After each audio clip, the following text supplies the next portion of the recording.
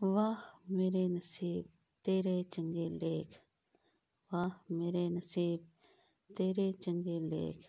ਠੰਡੀਆਂ ਠਾਰ ਬਰਫਾਂ ਦੇ ਜਿਵੇਂ ਤੱਤੇ ਸੇਕ, ਨਾ ਕੋਈ ਬੇਲੀ ਨਾ ਕੋਈ ਸੱਜਣ ਨਾ ਕੋਈ ਦੁਸ਼ਮਣ, ਰੋਵਣ ਲਈ ਕੰਧਾ ਕੋਈ ਨਹੀਂ ਨਾ ਕੋਈ ਸਾਡੀ ਟੇਕ, ਰੋਵਣ ਲਈ ਕੰਧਾ ਕੋਈ ਨਹੀਂ ਨਾ ਕੋਈ ਸਾਡੀ ਟੇਕ।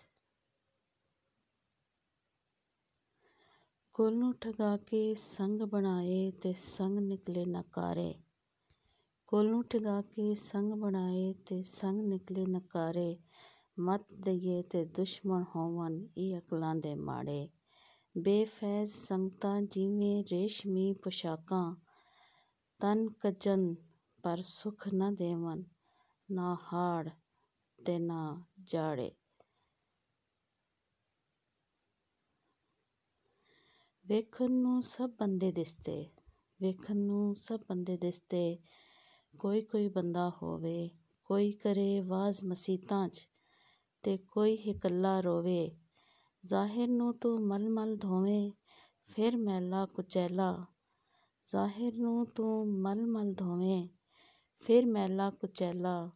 ਬਾਤਨ ਲਈ ਇੱਕ ਹੰਝੂ ਕਾਫੀ ਮੈਲ ਪੁਰਾਣੇ ਧੋਵੇ। ਵੇਖਣ ਨੂੰ ਸਭ ਬੰਦੇ ਦਿਸਦੇ, ਕੋਈ ਬੰਦਾ ਹੋਵੇ, ਕੋਈ ਕਰੇ ਵਾਜ਼ ਮਸੀਤਾਂ 'ਚ, ਕੋਈ ਕਰੇ ਵਾਜ਼ ਮਸੀਤਾਂ 'ਚ ਤੇ ਕੋਈ ਇਕੱਲਾ ਰੋਵੇ।